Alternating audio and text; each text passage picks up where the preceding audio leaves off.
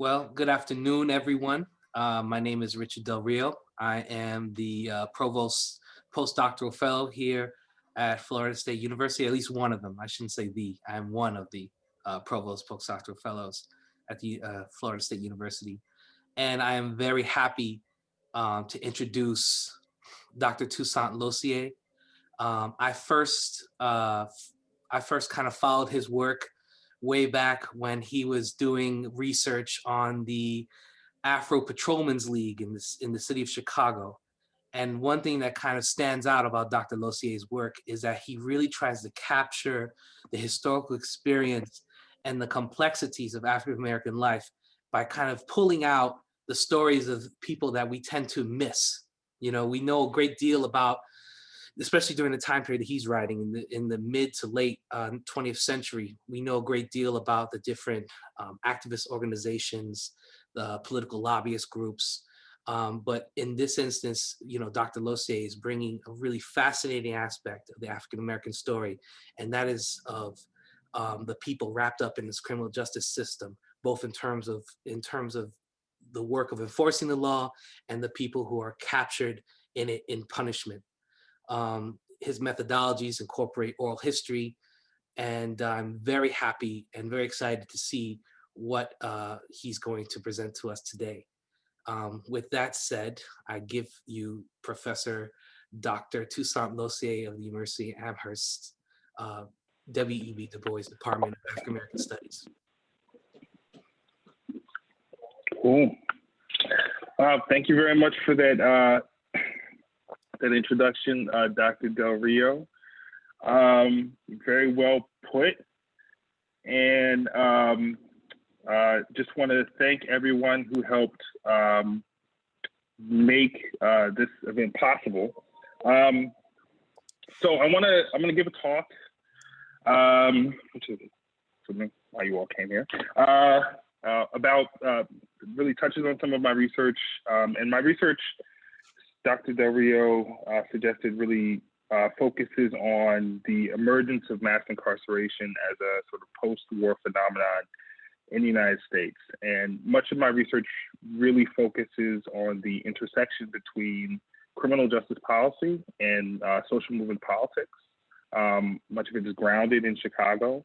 And I'm often told that this is a relatively dispiriting topic. Like, it's the topic that people don't find very inspiring in some ways. And in many ways, it's reflective of both an aspect of how American society operates that we tend to not prefer to talk about. But it's just sort of following, the developments over the past year. It's one that is important and is worth our time and our engagement. So the talk that I want to give today, now it's my turn to speak up, Black radicalism and the long arc of mass incarceration in post-war Illinois.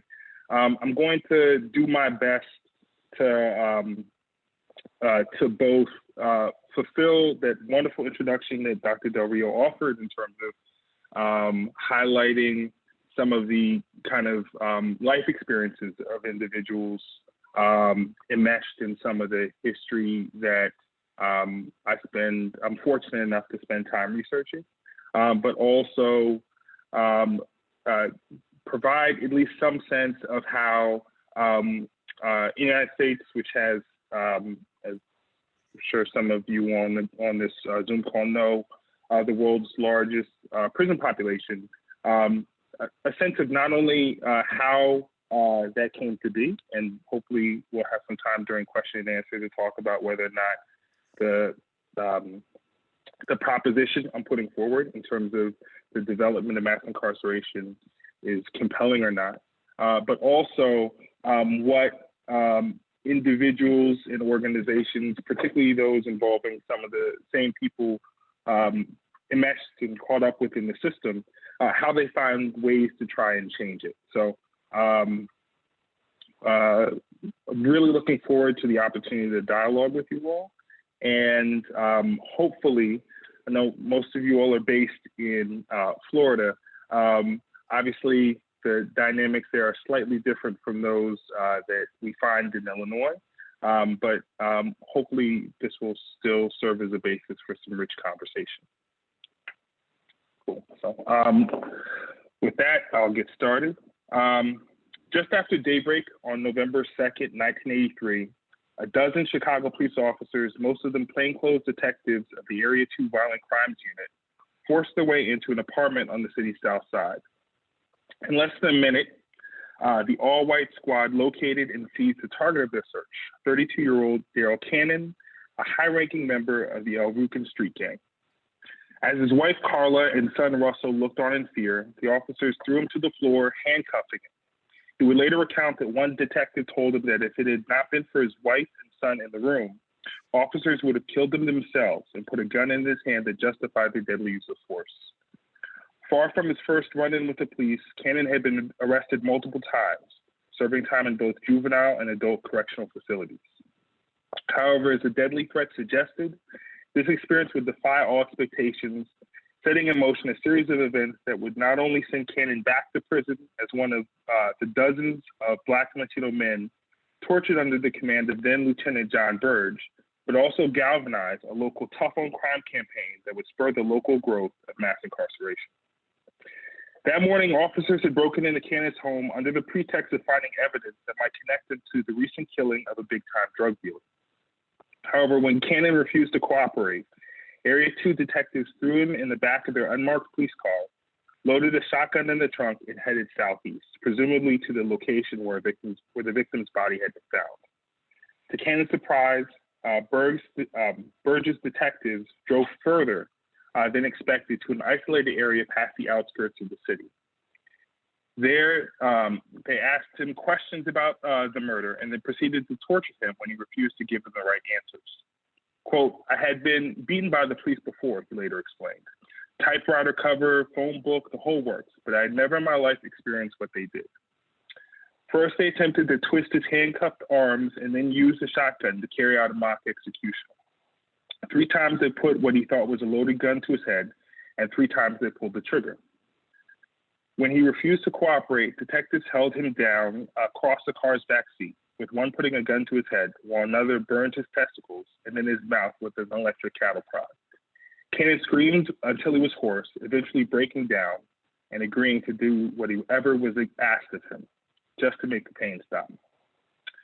That afternoon, detectives drove him back to the Area 2 Chicago Police Station, where, in the presence of an assistant state's attorney, Cannon signed a confession implicating himself in the unsolved murder.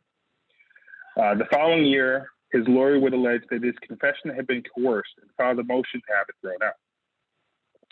Just as with other cases of Chicago torture in Chicago, this effort failed as the trial judge dismissed Cannon's motion and allowed his arresting officers to deny any claims of torture while on the witness stand.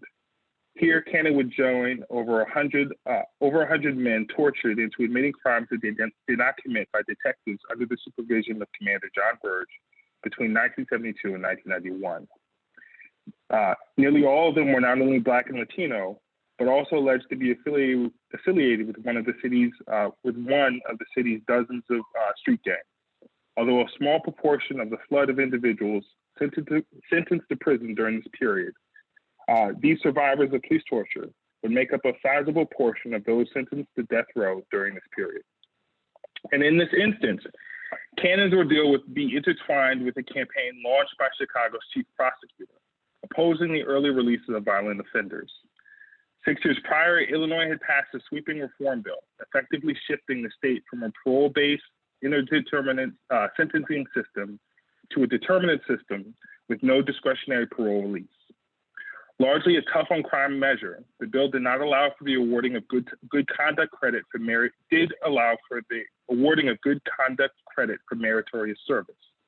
Envisioned as a means of rewarding prisoners who performed exceptional acts in the service of the institution, this early release mechanism was now being used broadly to relieve the pressure being put on overcrowded medium and maximum security prisons by increased arrest and conviction.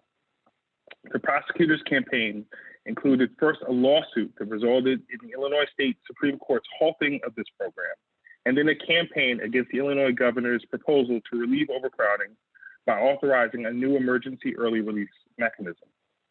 In spite of the fact that Cannon had not been paroled under any early release program, indeed, he had successfully sued the parole board for being unwilling to consider him when he became eligible. He was a parolee, a gang member, and a convicted murderer once again on trial for the same crime, thus making his case a convenient poster boy for this new tough on crime campaign. Within a few short months, a jury would find Cannon guilty of murder, sending him to prison for life, and Illinois' governor would withdraw his proposal, calling for new prison construction as a permanent solution to the now chronic problem of prison overcrowding.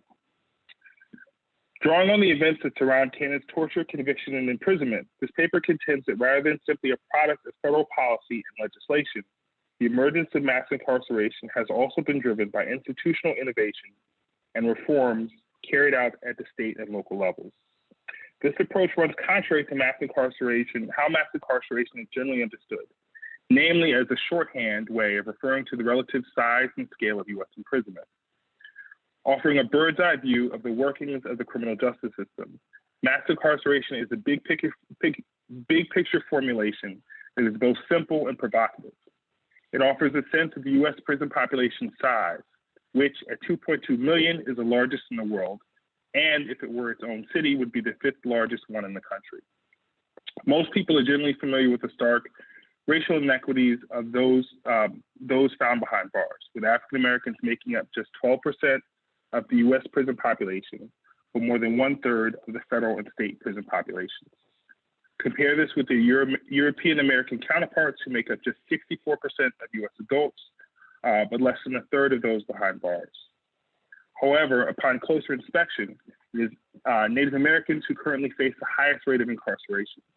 Yet rather than race, the most defining characteristic of one's likelihood of imprisonment is one's class position, with upwards of 90% of all criminal convictions as a result of a plea bargain, often because one has not been able to afford quality representation, and nearly 2/3 of those in jail awaiting trial, often because one was not able to afford bail. Moreover, in contrast to popular conception, and I'm going to skip forward a couple slides here. Never mind. In contrast to popular conception, hardly any of this reliance on incarceration is directly attributable to privately managed prisons, as these facilities hold only 8.4% of the larger prison population. Instead, the vast majority of prisoners are held in state-owned and operated institutions. And while the emergence of mass incarceration is most closely associated with the war on drugs, a campaign of domestic policing, federal prohibition, and military intervention, most closely associated with the administration of President Ronald Reagan, the sharp increase in prisoners in places like Illinois had already begun several years before President Reagan took office. Indeed, examining developments at the state level, where most prisoners are held, is quite clarifying. In doing so, we find that a sustained increase in prison population first began in key states like Illinois, California, and New York in the mid-1970s. Decades before new congressional appropriations incentivized increased imprisonment.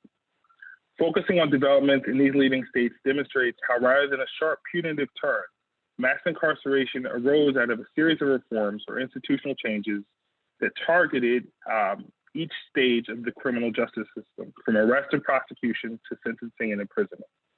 To some degree, these states stand out because several of these reforms came in response to the political challenge posed by the Black liberation struggle, often considered the more militant anti-integrationist counterpart of the Civil Rights era.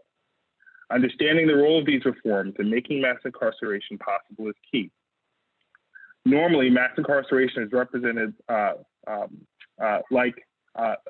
with a sort of standard graphical representation of increased rate of imprisonment. However, it's perhaps best understood as a product of this, a chronological flowchart that places prisons as one of many potential outcomes an individual might face following a police encounter. Simply put, an arrest by the police themselves does not itself dictate that someone will end up in prison. And we've seen this for a couple minutes, so hopefully have at least gotten a sense of how this is an attempt, although somewhat complex way, to sort of represent the different outcomes that one might encounter from the instance in which a crime is committed and one engages with the police to the process of pretrial services and adjudication and so on. An individual who engages with the police could be released without prosecution. The charges could be dropped. A grand jury could refuse to indict, or they could be found not guilty in court. At each stage of this process or funnel, various decisions, often discretionary ones, dictate that out of the vast number of people arrested for crimes that they are suspected of committing, only a small number of them end up behind bars.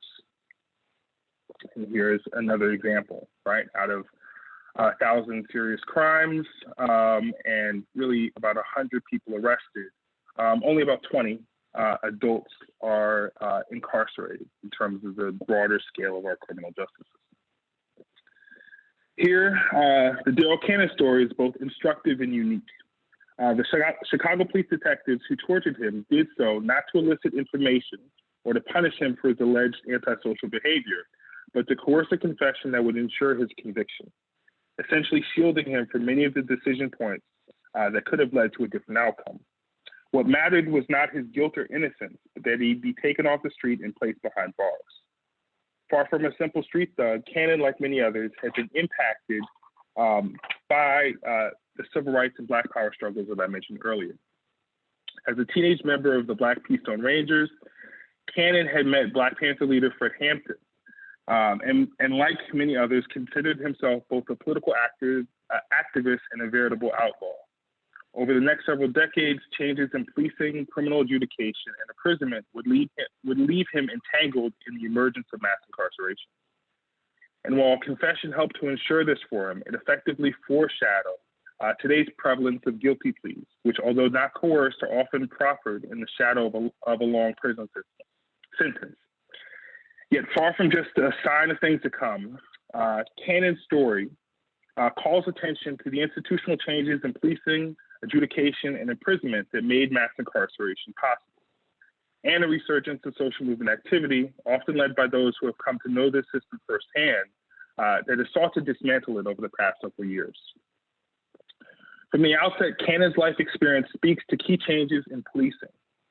Born in 1951 as the youngest of 4 children, Cannon grew up on Chicago's South Side in a working-class household run by strict but loving parents. In spite of this supportive home environment, he would be increasingly drawn to the allure of brotherhood, excitement, and power that juvenile street gangs provided. In 1966, he would be sentenced to 2 years in St. Charles Youth Reformatory for attempted murder. A year into his sentence, police officials established the nation's first gang intelligence unit, a relatively small team of officers tasked with gathering and analyzing information on street gangs. In contrast to earlier moments in Chicago's history, these gangs were increasingly well organized, having cut their teeth through street fights with rival white ethnic youth, and then against each other. Gangs like the Vice Lords, Roman Saints, Devil's Disciples, and Cannon's own Blackstone Rangers went beyond the conventional street corner sets to develop multi-neighborhood organizations capable of mobilizing hundreds, or in some instances, thousands of marginally educated young men. And amidst the tumult of the civil rights and Black power organizing that identified these mass gang organizations as potential political actors or even revolutionary subjects, as the Black Panther Party did, these gangs grew in their sophistication and involvement in grassroots activism, challenging the local power structure. A year after Cannon's release from juvenile prison, these rising tensions came to a head as city and county officials launched a war on criminal gangs in early 1969. Although generally associated with rising public concerns regarding an apparent crisis of youth crime, this declaration of war included a series of reforms tasked with improving the efficiency of Chicago's criminal justice system, effectively reshaping the funnel that I referenced earlier. These reforms included an expansion of the city's gang unit and heightened surveillance of Chicago's largest gang organization, which, in a nod to the movement of the day, had renamed themselves with titles like the Black Disciples, the Conservative Vice Lords, and the Black Peace Nation, whose image you see here before you. First part, Cannon got into a shootout with a gang unit officer later that year, 1969. This declaration also included an expansion of the county's felony criminal courts, the next aspect of this funnel. Indeed, officials acknowledged that earlier efforts to simply arrest their way out of the problem of youth crime had only resulted in greater number of defendants in court. Without an attendant expansion in court capacity, particularly more felony courtrooms, more judges to sit in them, and more time for them to hear cases, officials had found that many of those arrested had simply found their cases delayed for months or even years on end before being dismissed. To counter this, officials reorganized Cook County Felony Court, identifying adult and felony divisions to specifically handle the problem of youth violent crime. This reorganization had the express purpose of ensuring that trials would proceed quicker, cutting down the time between a commission of a crime, then indictment, and then final adjudication, in effect, to widen the funnel. Following his arrest on charges of murder in 1970, Cannon would find himself directly impacted by these reforms, as he would be swiftly convicted the following year and sentenced to 200 years in prison. Amidst the general increase in crime, these reforms helped to spark a decades-long effort to expand the capacity of the county's criminal court for all classes of criminal offenses. More immediately, these reforms were partly responsible for the skyrocketing number of felony convictions in Illinois. Starting with just 6,409 in 1972, the annual number of convictions doubled within 2 years, tripled in 4, and quadrupled in 8. By 1981, the number had grown to 28,619. Quote, the huge increases were largely attributable to a vast expansion of the felony court system in Illinois during this period, end quote. One former prosecutor later explained, quote, in Cook County alone, the number of courts that tried exclusively felony cases grew from 11 in 1970 to 49 in 1983. More courts required more judges, prosecutors, public defenders, and support personnel, end quote. With an increased capacity, officials felt less pressure to dismiss tough cases or plea-bargain felonies to misdemeanors, leading to a higher likelihood of imprisonment if convicted and thus increased prison commitment, effectively relieving pressure that had been building up on an aspect of this particular portion of the funnel, only to displace it later. With Cook County courts sentencing roughly 2/3 of Illinois prisoners, these local changes would have a dramatic impact on the state's prison system. It pushed a sharp rise in prison population that came on the heels of an 8-year decline during the late 1960s and early 1970s, largely as a result of increased parole releases. However, by the mid-1970s, this decline had been reversed as the number of prisoners jumped from a daily average of just over 6,000 in 1973 to well over 9,000 in mid-1976.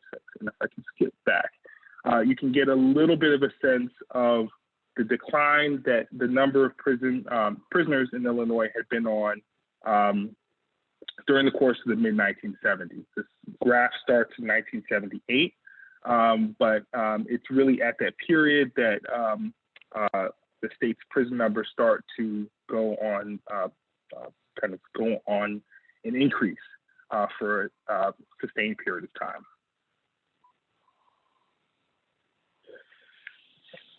Let me just skip ahead a little bit. Cool. 2 years later, however, by the mid-1970s, this decline had been reversed as the number of prisoners jumped from a daily average of just over 6,000 in 1973 to well over 9,000 in mid-1976. 2 years later, the number of people held in prison would jump to over 10,000. This unchecked increase in the state's prison population would remain the norm as the sentencing reform passed in 1978, popularly known as Class X, lengthened many felony sentences and abolished parole, stripping state officials of a key mechanism of sentence mitigation when the number of prisoners held exceeded prison capacity. Rather than express concern with violent street crime, rampant unrest within the state's prison system would serve as much of the motivation for this legislation. Behind bars, young Black and Latino men who increasingly made up the majority of the state's prison population found themselves facing an overwhelmingly rural, white custodial and administrative staff, as well as limited access to few prison jobs and even fewer educational opportunities. Inspired in part by the politics of the Black liberation movement, this younger generation of prisoners would launch some 10 major disturbances inside the state's prisons over the course of the 1970s. For his part, Cannon used some of his time in prison to educate himself, gaining the wherewithal to sue for a proper parole consideration and win his release in early 1983. By then, Illinois' prison population was at more than 13,000, the highest level ever, forcing prison administrators to relieve the crush of overcrowding by increasingly manipulating the use of early release mechanisms to take as much as half a year off of a prisoner's sentence. To fully appreciate the role of these institutional reforms in policing, adjudication, and incarceration, it's worth noting that in 1939, the Illinois prisons were also severely overcrowded, holding nearly 13,000 prisoners. Over the next several years, however, this population count would drop significantly, aided in large part by an emergency program that allowed prisoners to volunteer for the armed forces on a probationary basis. Following the end of World War II, the state's prison population would rise and fall, but all within the bounds of the state prison's capacity. Yet rather than allowing a similar practice of early release to proceed in the late 1970s as it had in the late 1930s, local law enforcement officials, led largely by Chicago's chief prosecutor, sued the director of the Department of Corrections over his use of this program. And in July 1983, Illinois State Supreme Court issued a unanimous ruling ordering a halt of meritorious good time in excess of 90 days. In response, Illinois' governor attempted to win authorization of an emergency early release mechanism, similar to the one carried out a quarter century prior. Although endorsed by the governor's task force on prison crowding, it would be opposed by Cook County State's attorney, who, while a member of the task force, had filed his own alternative report, objecting to each task force proposal aimed at decreasing the state's prison population. And in the months following Cannon's brutal torture and false confession, the state's attorney's office successfully blocked the governor's effort to win legislative support for this proposal, pointing to Cannon and other recently released prisoners as a living example of the danger this sort of early release posed. Faced with a wide problem of overcrowding and fewer mechanisms for early release, the governor and other state officials then turned to prison building as a solution. Between 1970 and 1989, the average daily number of those held in prisons in Illinois prisons rose from a low of 8,455 to a high of 21,300. This nearly four-fold increase in the number of those held behind bars would be facilitated by a new program of prison building that built more prisons in the state in one decade than in any prior time in Illinois history. Thus, years before the start of the crack cocaine epidemic and the passage of harsh drug control laws, institutional reforms carried out in Chicago and Illinois had set an example, piece by piece, of how the funnel's capacity could be expanded. In a manner both similar to and distinct from developments in other states, these municipal, county, and state level reforms in policing, jailing, and adjudication laid the foundation for the broad emergence of mass incarceration by prompting the construction of more prison beds on an ongoing basis. Rather than simply falling from the sky, these reforms were prompted in part by a need to respond to the legacy of the Black liberation struggle, particularly as it channeled the rebelliousness of young men like Cannon. Taken in full, the case of Illinois highlights the protracted emergence of mass incarceration, a phenomenon built on a series of institutional reforms carried out at each stage of the criminal justice system. In sum, these changes highlight the degree to which this phenomenon is predicated on securing the state's capacity to detain, process, and confine an ever larger population of individuals. And as Cannon's personal story demonstrates, the shift towards mass incarceration was predicated on eliminating any and contending with those forces that had been set in motion during the unrest of the 1960s and 70s. This included not simply neutralizing those in leadership positions like Fred Hampton, but also making it easier to contain the threat posed by those they inspired, in instances where they broke the law, and even in instances where they did not. Far from an avowed revolutionary, Cannon had held an important position in the Alukans prior to his arrest and torture. In the year prior, he had helped to negotiate a peace treaty with rivals in the Gangster Disciple Nation and helped to negotiate his street organization's involvement in the 1983 Chicago mayoral campaign. Newspaper accounts later revealed that in opposition to the campaign of Harold Washington, the city's first elected Black mayor, the incumbent candidate had funneled some $10,000 to the Elrukans, who then made a show of passing out their campaign literature on the South Side, while still going on to support Washington in the end. Far from suggesting a targeted effort to repress Cannon politically, his arrest and torture reflect a more generalized effort to contend with an element of organized crime, but in a manner that drew on the tools developed while contending with a movement whose organized decades earlier had been treated as criminal. After years of requesting outside help, Cannon, now on death row, eventually secured support from lawyers willing to raise his claims of torture, oppose his forced confession, and appeal his criminal conviction. In 1977, he secured a precedent-setting ruling that granted him and other torture survivors the right to a new hearing on claims of torture. By then, he had joined a handful of other prisoners facing the electric chair to allege a pattern of torture that had led to their capital convictions. Known as the Death Row 10, these men worked with their family members and outside supporters to galvanize what would become a statewide effort to shine a light on police torture that authorities had for years attempted to cover up. Employing an inside-outside strategy, Cannon and others worked with anti-death penalty activists to coordinate rallies and press conferences, including one outside of Area 2 police station that helped to give rise to a grassroots campaign, largely spearheaded by their family members. In 1999, Anthony Porter won his release from death row just 2 days before his scheduled execution. The following year, Illinois' governor instituted a moratorium on the death penalty, and in 2003, he commuted the sentences of Cannon and 160 other prisoners on death row.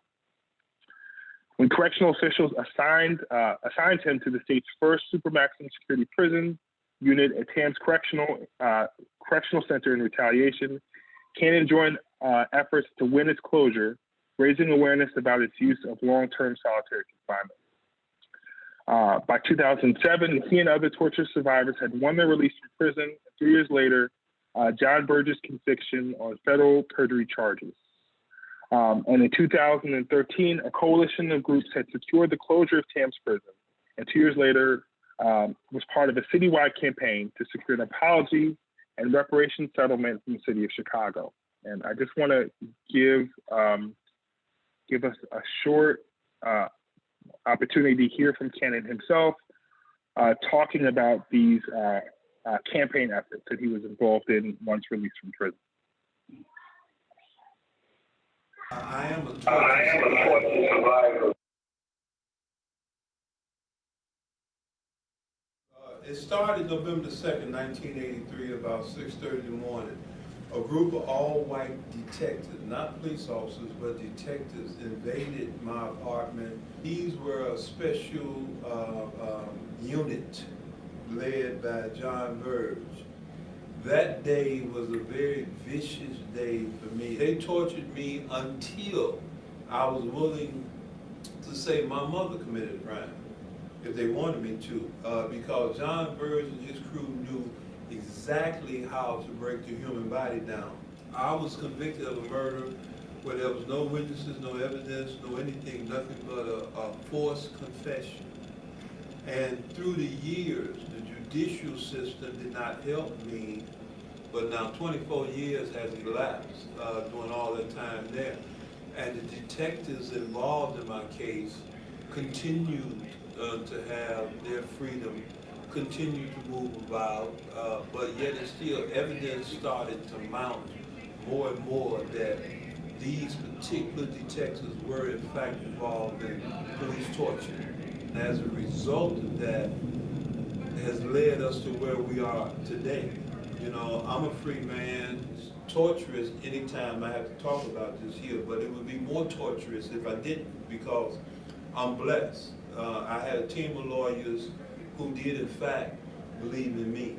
And that's why now it's my turn and it's Anthony's turn for us to speak up for those who are still in prison, who have yet to receive a fair and impartial hearing. And we don't want the city to ever forget or to allow these atrocities to happen again. That's why we're asking for reparations, and we're asking that a permanent memorial be built. So as long as God allow us to wake up every day, we're going to beat the drums to see that this happens and to say to Chicago, never again.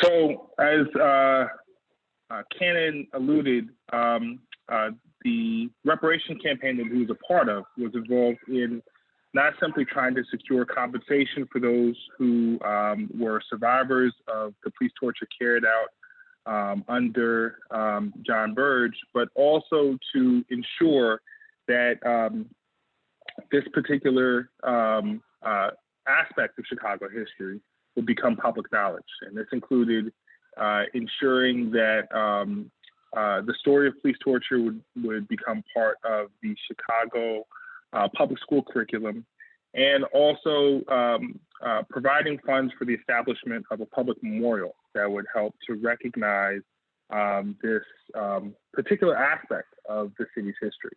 And while that memorial has not yet been created, Cannon has been one of the lead figures in consistently raising awareness about the legacy of Chicago police torture, the problem, the deep problem of political corruption and failings in the Chicago court system that made it possible for not only his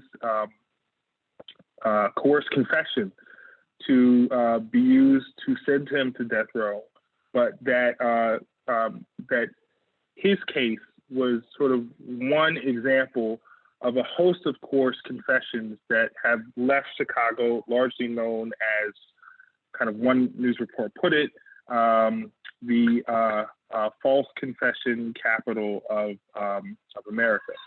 And in many ways, I wanted to share Cannon's story because as much as he described his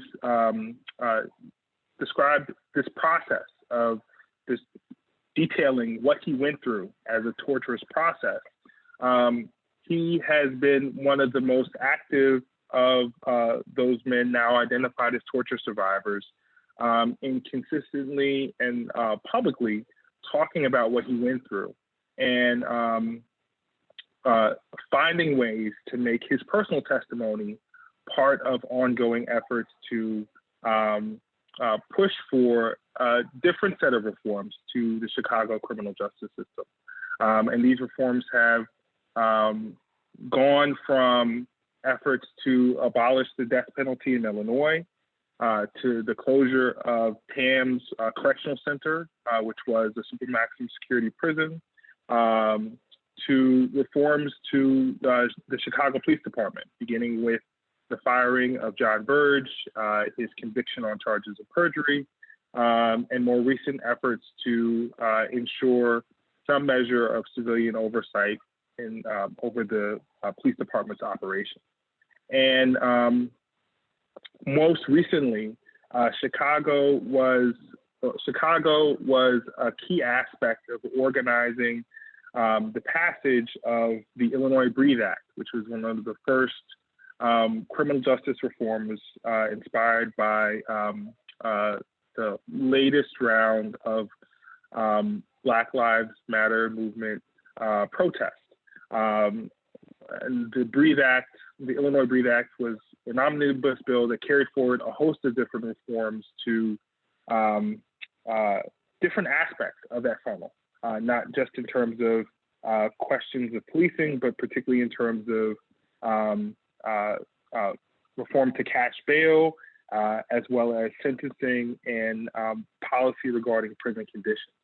And we can probably dig into it a bit more in questions and answer, but it's interesting to see just as a series of reforms were passed during the course of the post-war period that I detailed. that sought to change the way policing, adjudication, and imprisonment worked in ways that made it possible for a larger capacity of people to be put in prison, and for prisons to have the capacity to hold larger number of folks. That we're sort of in a moment where not only in states like Illinois, but a number of different parts of the country have been involved in a new round of reform efforts to determine what the sort of kind of future configuration of that sort of broader criminal justice funnel is going to look like. Are we simply going to sort of contend with the scale of it in terms of its size and capacity, or are key elements of the ways in which individuals have a chance to be deferred out of that sort of long flow chart from crime and arrest all the way to incarceration, are sort of more radical changes in the offing.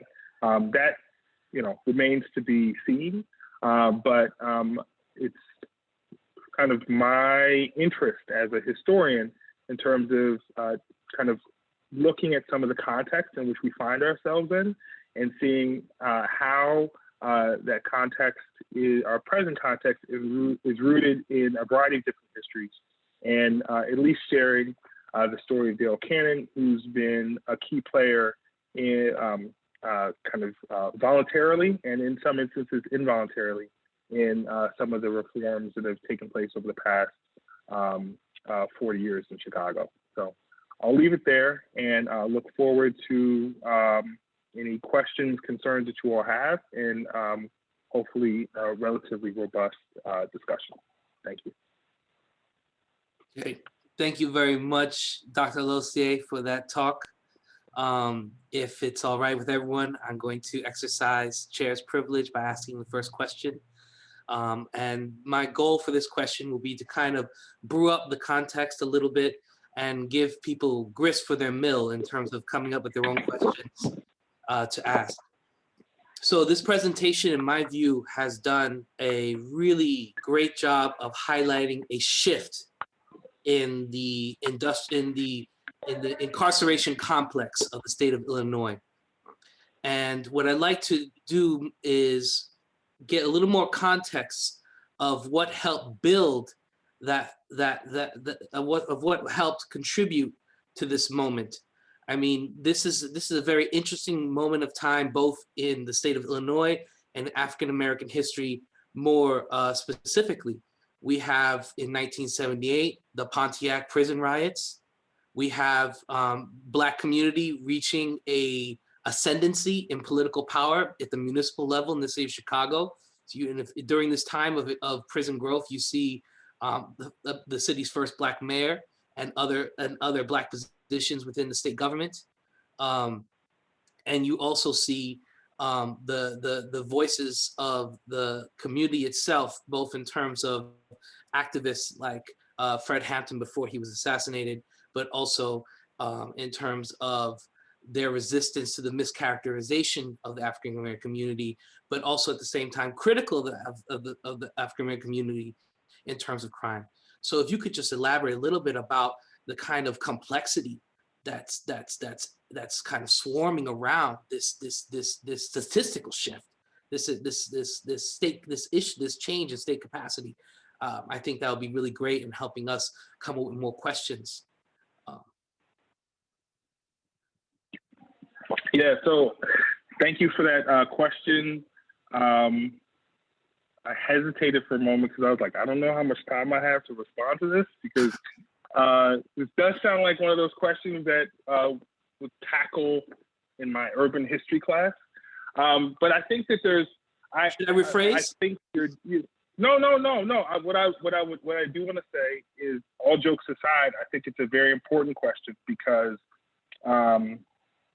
in making, in sort of putting forward the particular kind of provocation and presentation that are offered, I'm like effectively condensing a variety of different developments down to the sort of simple story of like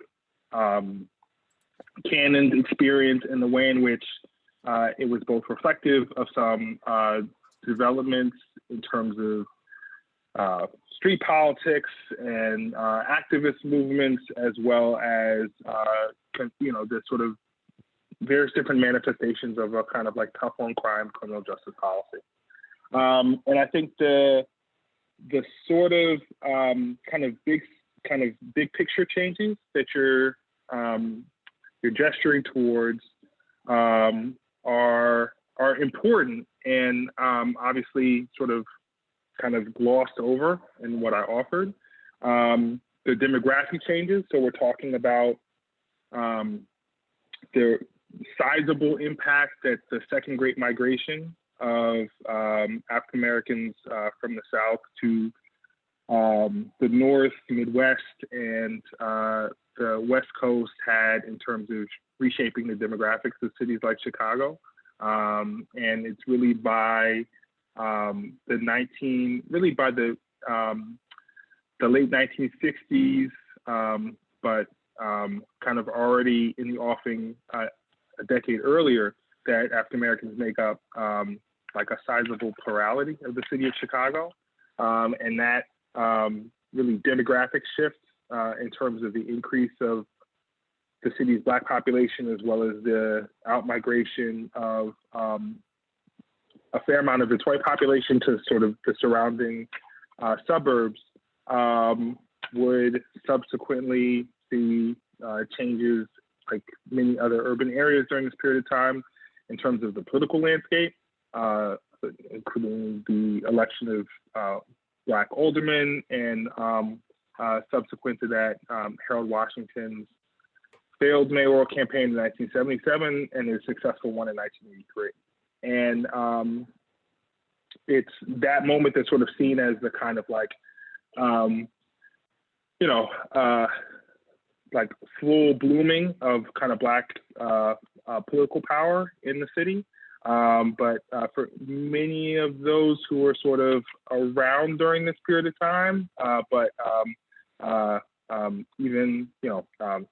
those who were around that time, Chicago became known as a sort of, I think it was the Beirut on Michigan, Lake Michigan or what have you, just because of how contentious the politics were. I mean, it's sort of the development that kind of makes Obama's second administration look like a Tea Party, right? In terms of, no pun intended, in terms of the level of divisiveness between Washington's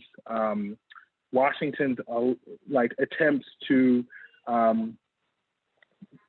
slowly reshape some of the aspects of Chicago politics and resistance that came from what had long been the most entrenched urban political machine in the country. And that contentiousness, in an interesting way, is somewhat reflected in Cannon's own experience.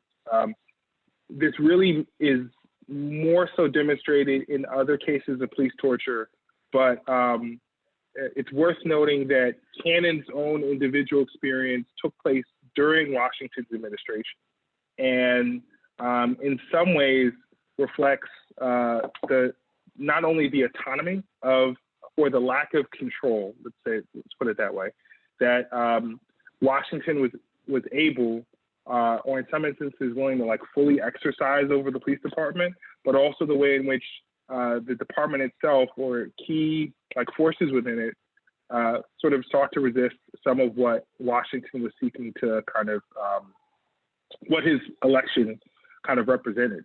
There's one case of police torture, and I'll start to wrap up. There's one case of police torture that I highlight in other writings where the detective is, and this is by the torture survivor, so we can, have a different conversation about it, how much stock we want to put in its veracity, but where the officer torturing him is alleged to have said, if you don't like what's happening, basically, you can go and complain to your mayor. And I'm doing that without even like using the racial expletives that were used at that moment in time, the racial slurs that were used at that moment in time. And so there's some of that contention is reflected in terms of some of the police actions that took place, but also it's reflective of the fact that, you know, while this was prior to the sort of crack era, other drugs, other street drugs were a significant problem in terms of heroin in particular. And even though they weren't organized specifically around drug trafficking, the Araucans, formerly the Black Keystone Rangers, that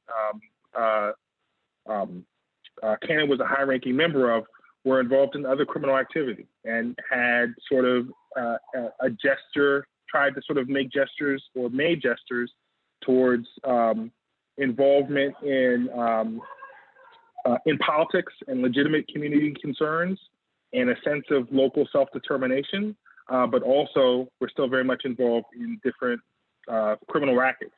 And in doing so, at the most basic level, reflected a kind of, we're seen as kind of reflecting a lack of control, like a lack of the sort of the ability of local authorities to fully kind of control developments on the South Side and the West Side. And so part of what made the torture that Cannon experienced possible was not only the fact that, the courts throughout his confession, but there were some who saw the need to gain control over Chicago street gangs, to rein them in by whatever means possible as necessary.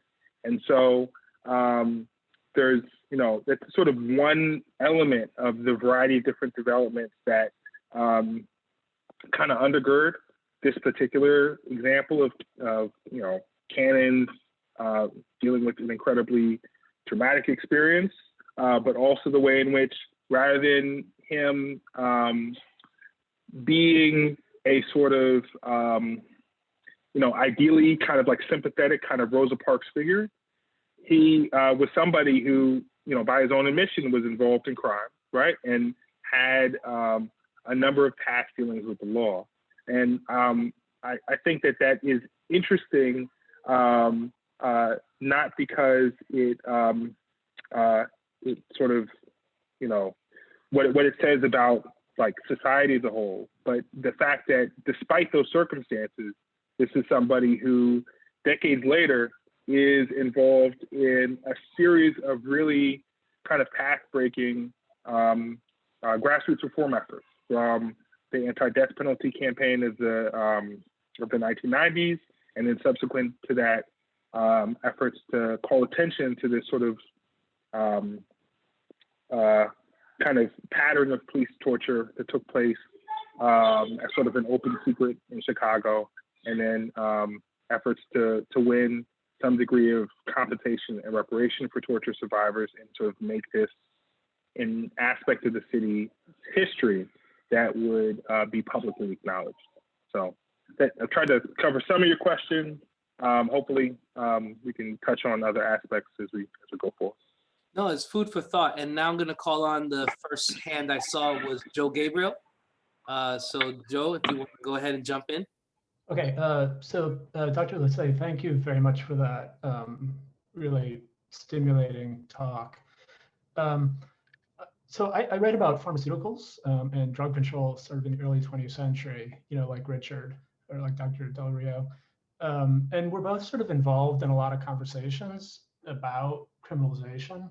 And I think from that perspective, it's pretty striking that your framework sort of doesn't engage with that sort of topic really at all. And I was curious if that's sort of a deliberate analytic choice on your part, or if it's something that you just didn't talk about in this particular talk. And so I guess I'm just sort of asking if you could reflect a little bit on the conversation about the so-called war on drugs and its relationship to your own work.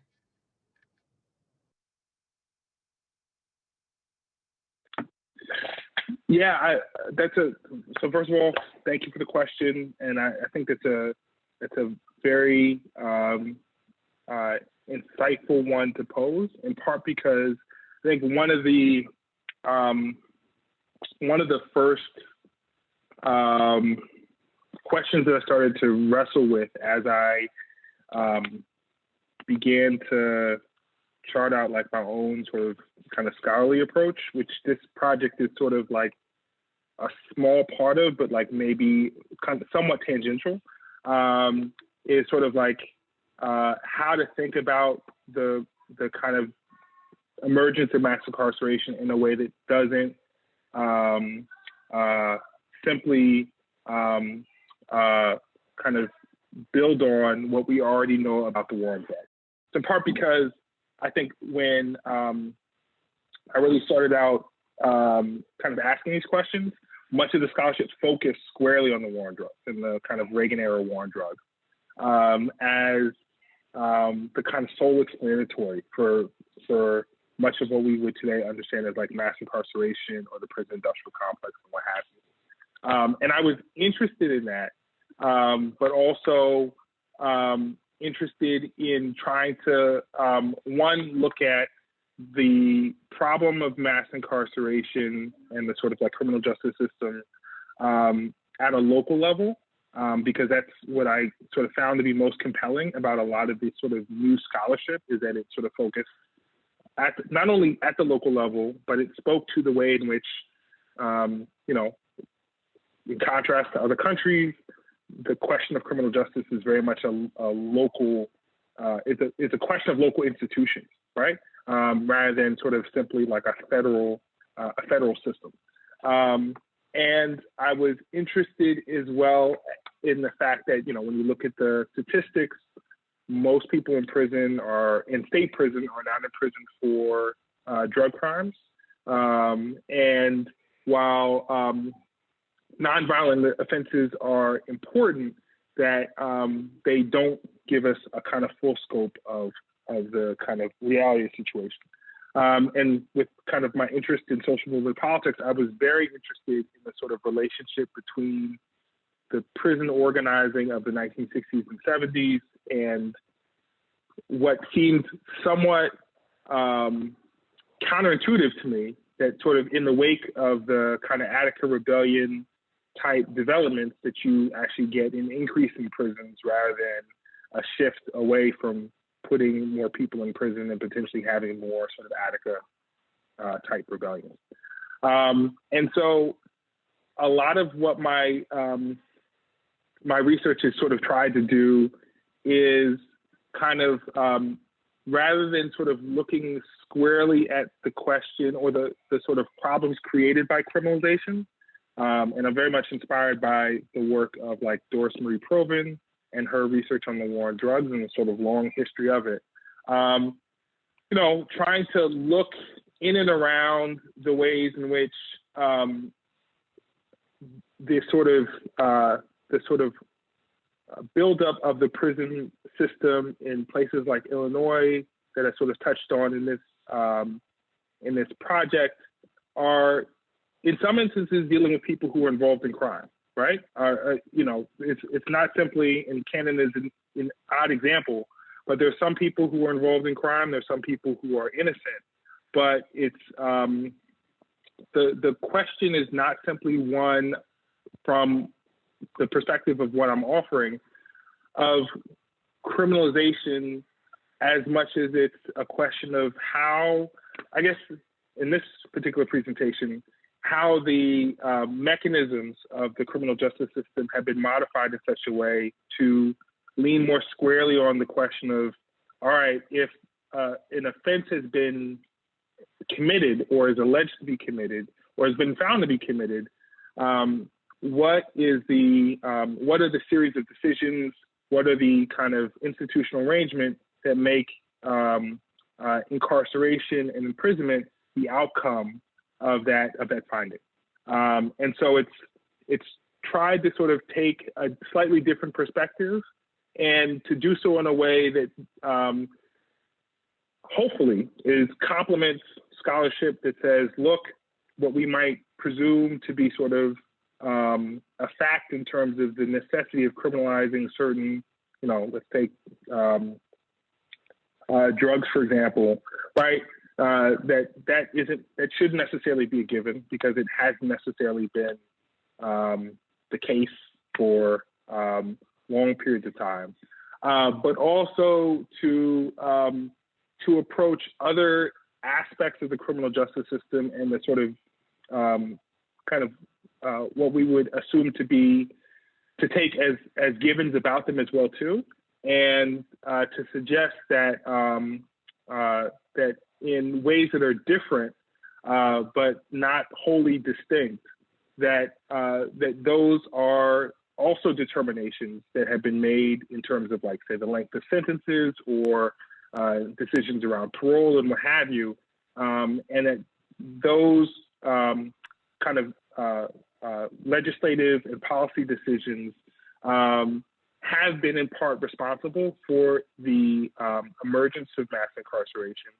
And those who are interested in trying to figure out how to change that system should appreciate, right, the history of those policy and legislative decisions, and also court decisions as well, and think about how changes could be implemented at various different scales of government, and also at different points along that broader funnel that I kind of laid out at different points, in a way to, to change the situation that we're in now, and see what we could arrive at in the future. Okay, I see a hand from, let me just make sure that I don't see any others here. I see a hand from George William. George, if you can unmute and jump in. Oh, William's son, excuse me. Yeah, thanks. Thanks, that was a very stimulating, interesting talk. I learned a lot from it. And among the many kind of things that came up in your presentation, one thing it intrigued me, I hope you could say a little bit more about this, is this interplay between the governor, who at various points wants to kind of basically release the pressure on the prison system, and then the kind of resistance to get from the state's attorney generals. Can you say more about the kind of politics between that conflict, or the power these attorney generals have of kind of basically preventing the governor from taking any step of basically expanding the system? Sure, and I'll try to be a little bit less, I don't know, long-winded, if I can, lack of a better word. So what I didn't do was, like, name names in the process of kind of describing that development. And I think there's, like, at least two key important aspects that were sort of left off the table. One is sort of my assumption that part of the back and forth between the governor and the state's attorney at that moment in time had to do with the fact that, for all intents and purposes, and in a way that is not too distinct from how, like, say, Professor Del Rio might talk about criminalization, this was not a point, or this was not yet a moment where prison building as a way to deal with the problem of crime and even prison overcrowding was seen as the go-to solution. The task force that Governor, and this is Governor Thompson, Governor Big Jim Thompson, the governor at that time had convened a task force, and the task force suggested a number of different ways to address overcrowding, and prison building was not the main one. So part of what I'm interested in is just at least noting a period before really the early 1980s, really the mid 1980s, when sort of that kind of logic of prison building had become more established. And that's because building prisons is expensive. You're already talking about a period of intense debate around the state's budget. Even if you're floating bonds to cover the cost of prison construction, you're shifting the state's budget priorities in a way that are obviously going to be problematic in the future. And for even a Republican governor at the time, there were calculations that had to be made in terms of whether that was the best way to go, right? For those of us who watched the news during the course of the 90s or the 2000s, that's different. That's a different set of calculations that were being made during the early 1980s than we'd see being made a decade or 2 decades later. So I'm interested in that, just noting that element. The other thing is the state's attorney at the time is Richard J. Daley. So, sorry, Richard M. Daley, who is the son of Richard J. Daley, the longtime mayor of Chicago. I try not to get the two confused, but it happens sometimes. And it would have been easier if they had just been like senior and junior, and then you didn't have to sort of like double check as to like which middle name you're using. But Richard M. Daley was a state's attorney for much of the time that John Burge was in the position to kind of effectively kind of supervise some of this torture that was taking place. But part of his ability to kind of make a name for himself,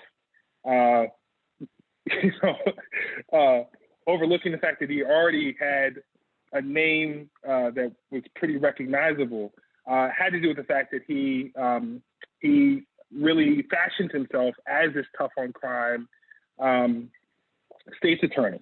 And I'm maybe not with this project, but in later projects, I'm interested in the way in which there is some parallel between what Daley was able to do in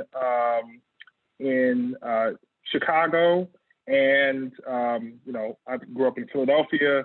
What mayors like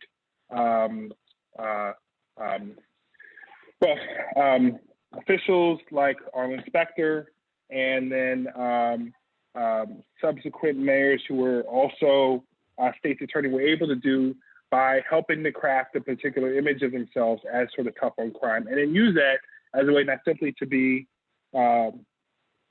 state's attorney or other positions that had a similar prosecutorial position, but to run for executive office and help kind of lay some of the groundwork for these sort of changes within the criminal justice system. And part of the reason why I didn't mention the governor's name is Jim Thompson. It's interesting to see him have this position in the early 1980s where he's critical or hesitant to expand the state's prison system because, as I said just later, he's the governor under which we have this massive buildup of the state's prison capacity. And he's sort of best known for not only building a number of prisons, but actually holding a kind of prison lottery where small towns across Illinois will pitch to receive new prisons as a way to kind of offset questions of like rural development, the lack of rural development and what have you. He's very much the sort of figurehead of that kind of prison building within Illinois, but he sort of occupies a slightly different position at the particular moment where Cannon gets used by Daley as sort of a poster boy for saying, this is why we can't have early release. This is why people who have been arrested and convicted of serious crimes like murder shouldn't be able to be out on parole because they'll go back out and commit the same crime, and use the case surrounding Cannon's coerced confession as a reason to say, this is somebody who just got released and is just committed a similar murder, and we need to be sure that we can't let something like this happen again. Now, I'd like to give an opportunity to any of the graduate students if they'd like to ask a question. Otherwise, I'll give it back to either some early career scholars or back to faculty as well. Are there any graduate students that'd like to chime in with a question? Chime in now. Okay, I'll going once, going twice. Okay, sold American. Otherwise, I guess I'll ask one more question.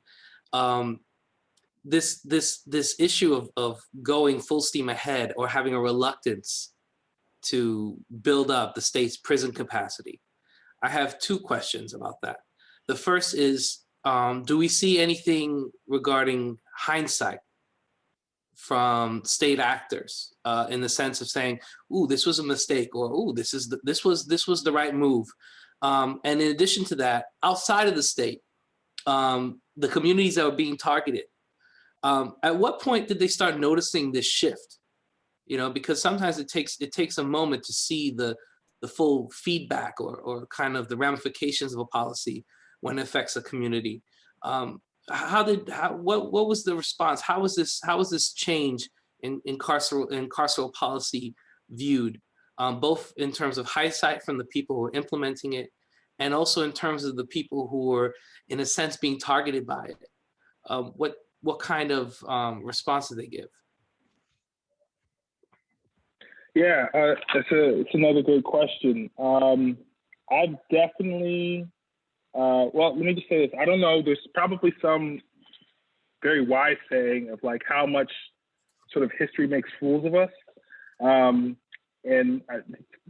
coming to mind because I've definitely had conversations with people who were in Thompson's administration and were effectively helping to craft a lot of the policy around the sort of buildup of the state's Illinois' prison system, who now are in the position of helping to push for, criminal justice reform and trying to find ways to deal with the significant problem of a sizable ex-offender population in Illinois. Not Illinois, in Chicago, where the majority of people who have been incarcerated return to. It's been odd to have conversations with folks who are like, I've been trying, effectively saying like, I tried to keep it a secret, or I tried not to let a lot of people know that I was one of these people who was very much involved in helping to kind of build up the system. And I'm now trying to find ways to reform it and to sort of reduce some of the harm that was caused. I think one of the sort of most ironic examples, and I haven't gotten a chance to speak with this person, but it was pretty shocking for me to find that George Ryan, who is the governor who helped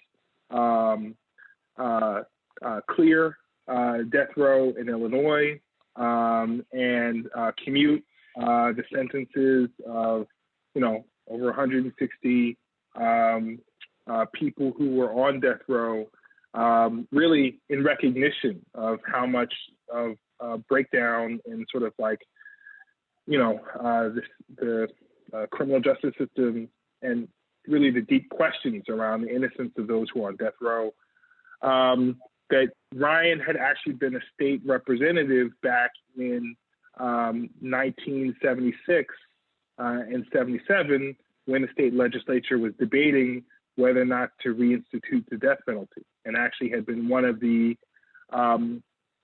state representatives who had sponsored the bill to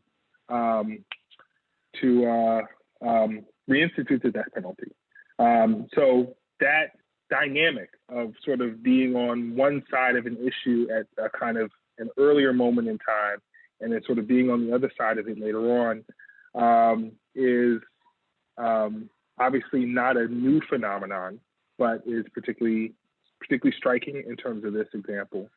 And then in terms of the community itself, I mean, I think it's been interesting to see the way in which those who have been involved in, in gang organizations in Chicago have obviously tried to, kind of contend with the amount of harm that some of their organizations have been involved in committing, and trying to sort of make amends for that, and grapple with the fact that whether it's sort of the kind of illegal drug markets or some of the more sort of like violent activities have had an impact on families at that moment in time, and then it sort of set into motion forces that they themselves acknowledge that they are not able to control, even if they wanted to, kind of at this day and age. And it's also been interesting to see the way in which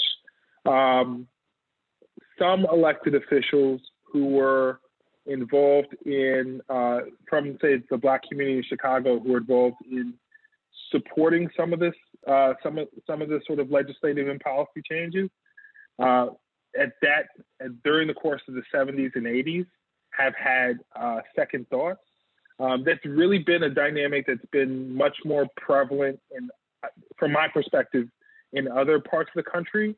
There, by and large, were a number of Black elected officials who were pretty, strident and sort of consistently raising, concerns around questions of like police abuse and maybe not seeing it as torture or understanding it as torture at that moment in time, but trying to raise awareness about it. And then also critical of, putting in place like harsher sentencing laws and things of that nature. But that's definitely a development that we've seen happen in other parts of the country, where you've seen folks who are not fully cognizant of the kind of broader ramifications that, say, simply trying to like campaign to shut down, crack houses and have all the drug dealers arrested and thrown in jail, that aside from individual cases, the broader ramifications that a commitment to a tough on crime politics could have for several, generations to come.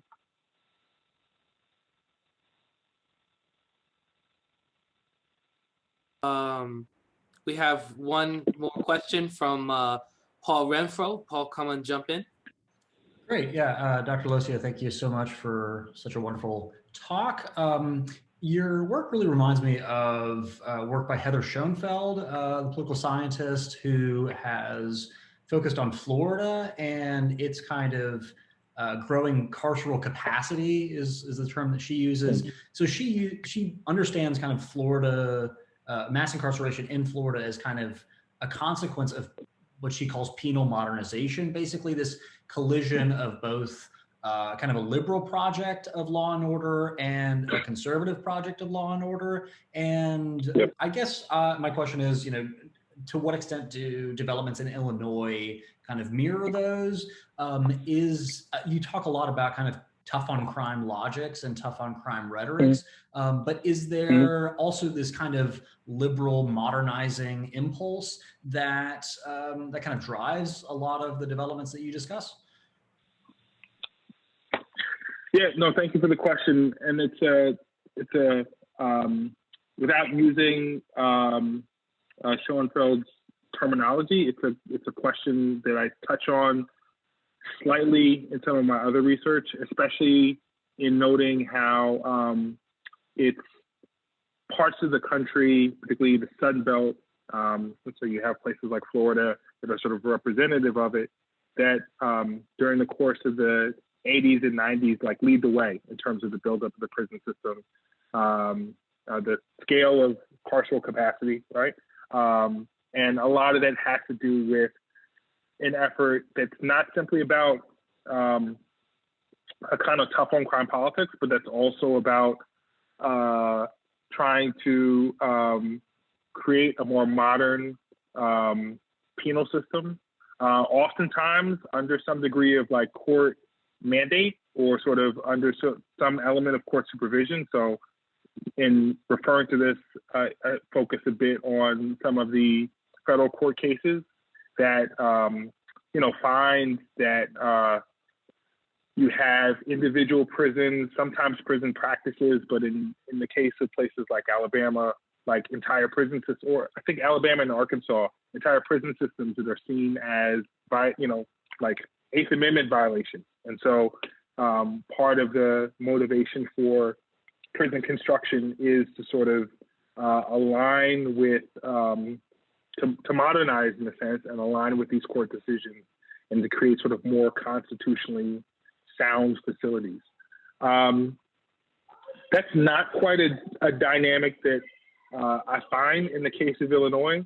there are some efforts actually in, say, the governor's 1983 task force to create, to look towards prison building as a means of, like in the small part of the task force report that is committed to prison building, there is a focus on creating sort of like facilities that would work in tandem with like work release programs, or would emphasize a kind of a greater orientation towards like the kind of the a reform, like individual reform or rehabilitative agenda in terms of what could be done.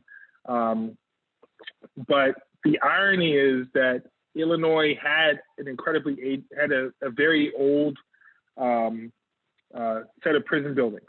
Some of the research that I've kind of looked at has noted that even though the prison population in 1979 was roughly the size of the prison population in 1939, so we're talking about 13,000 people, because those facilities had aged for several decades, they couldn't effectively hold or comfortably hold, comfortable is a weird word to use, but they couldn't comfortably hold the same number of people.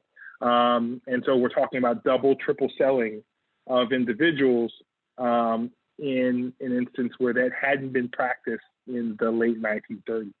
And so there was significant calls for actually a kind of a retooling of the state's prison capacity. But the agenda that sort of dictated what the prison building of the 1980s and 90s looked like didn't have the same sort of modernizing ethos.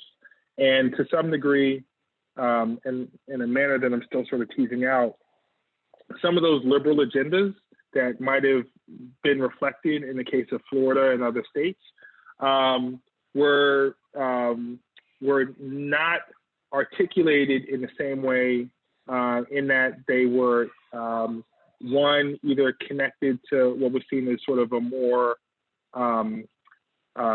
non-machine aligned faction of the Democratic Party, which was actually more aligned to the state's employee union, particularly AFSCME, which at that point in time was interested in sort of seeing what could be done in terms of prison construction. And also other forces within the Democratic Party and especially local politics that were interested in prison building as a means of local kind of small town development. And in a way that wasn't interested in sort of like the institutions themselves as sort of more modern institutions, but actually kind of what those facilities could do in terms of local job growth and so on. So it's an interesting, it's a really interesting point, and it's one that I'm still digging into a little bit, but from what I've seen thus far, it's a slightly different context that we find in Illinois than what we see in Florida. So I'd like to, I think I saw Joe Gabriel raise his hand one last time. Is that correct? Joe, do you want to jump in? Well, I mean, it's getting late, so we have 4 more minutes actually. I'm sure okay, you guys. Well, I'm sure you guys could speed it up. I was very struck by your comment that the criminal activity that sort of got more organized, and you know, I've been kind of looking at Chinese gangs a little bit in the early 20th century, and they were highly organized endeavors. And they also sort of served a lot of social functions for the Chinese community at the time. And so I was just kind of wondering if you have a general sense of like organizational density among groups, and then also if that changes over time, and if changes over time are related to the growth of incarceration that you're talking about. But then also, I think kind of probably more interestingly, you know, have you sort of wrestled with the question about how to analytically distinguish between groups of people, and, you know, some organized groups of people, you know, doing criminal kinds of things, and other, but also, you know what I mean? Like, for Chinese groups, Chinese gangs, the distinction between a gang and a civic organization is not at all clear. right, in the early 20th century. And it's kind of an artificial analytic that we put on those people. And so I guess I was just kind of curious about your thoughts about that. No, I really appreciate the question, and to the last part of it, it's an element of my own work that I'm trying to just get better at in terms of not simply sort of predicating my own, doing a better job of parsing analytically the categories that I'm focusing on in a way that doesn't simply replicate the sort of rhetoric that's being used, whether it's by authorities in law enforcement or the media or folks in the community themselves. One of the things that makes it a little bit tricky is part of the book project that I'm working on is focused on how some aspects of the kind of growth, the kind of transformation of the criminal justice system that I kind of sketched out in this talk, how some of that is kind of taking place in response and sort of in conversation, for lack of a better word, with elements of movement building and organizing by folks like Fred Hampton and people who were inspired by him, that saw gangs, for lack of a better term, as like potential political subjects, and sort of used that terminology and said, yes, they could be considered gangs, but there's a way in which they can be politicized and brought into the movement, right? So there's a way in which those ideas are incorporated incorporated and articulated by some of those who are involved in working with these organizations, if not directly involved in them as well. The other thing that sort of speaks to the first part of your question is I'm very interested, and I don't have all the data to sort of substantiate the hunch, but I'm very interested in the way in which incarceration transforms the way in which these gang organizations are structured. I should just say from the outset that probably the most important, most kind of like foundational kind of Black youth organization, I'm trying not to use the word gang, but one of the most important ones, the Vice Lords, was started in St. Charles Reformatory, which was a juvenile detention facility, juvenile prison. Cannon had been held there, but before he was held there, the young people, a group of young people who were there said they wanted to start a group that they called the Vice Lords that later became one of the most important, I'm going to use the word gangs, one of the most important gangs in Chicago. And that is an interesting story in and of itself, but it reflects the sort of dynamic between incarceration and organizing both on the street and behind bars. And it's one sort of kind of a genesis point, but beyond that, there's a period that takes place after the daily war on gangs that I mentioned, where there's a significant imprisonment of a number of different gang members during the course of the 1970s. And it's in the sort of period after that, especially the late 70s and early 80s, that there's a restructuring of many of these organizations. And my hunch, and I don't have the data yet to like prove the case, but that a lot of that restructuring was based on replicating the kind of forms of organization that were effective and in some instances necessary in prison. This was a more tightly regimented form of organization where if you were, you would need to have positions of leadership, not simply at, on the street, you could have like a war chief and a local leader in your particular neighborhood or set of blocks. But in prison, you needed somebody who was going to run the institution, who would be recognized as the head, and then in the individual prison buildings themselves, you would need somebody in charge, and then possibly also somebody in charge in the different tiers as well too. So a more kind of tightly structured form of organization is something that we see emerging on the streets of Chicago during the course of the early 1980s and through the decade.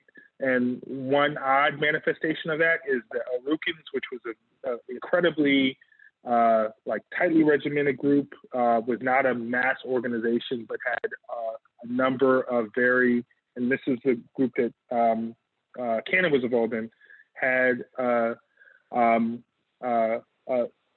fewer number of members, but a much more well-established kind of command structure. And the kind of, on the sort of other end of the spectrum is the Gangster Disciple Nation, the Gangster Disciples, who had a much more of a large membership base, but a kind of pattern of organization that then fit relatively well. And this happens with other street organizations, but a pattern of organization that then mapped really well onto a variety of different activities, whether those were organized crime and drug dealing to involvement in political activity and trying to support particular candidates or run voter registration drives or what have you. And so to your point, I'm very interested in sort of that dynamic between sort of inside-outside organization, and it's something that without a whole lot of very detailed evidence seems to be to map onto the kind of flow of further criminalization and imprisonment that takes place during the period from the 1960s to the 1990s. Thank you. So with that, I think we'll have to close. Please join me in thanking Professor Losier for his visit and his presentation. I found the discussion be very interesting and I learned a great deal. Toussaint, thank you so very much for coming. And to the history department here, thank you so much for inviting Toussaint and allowing me to chair this wonderful presentation.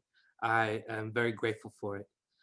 With that, I think we can stop recording, and if people want to linger, they may, but this is the official end of the conversation. Thank you very much.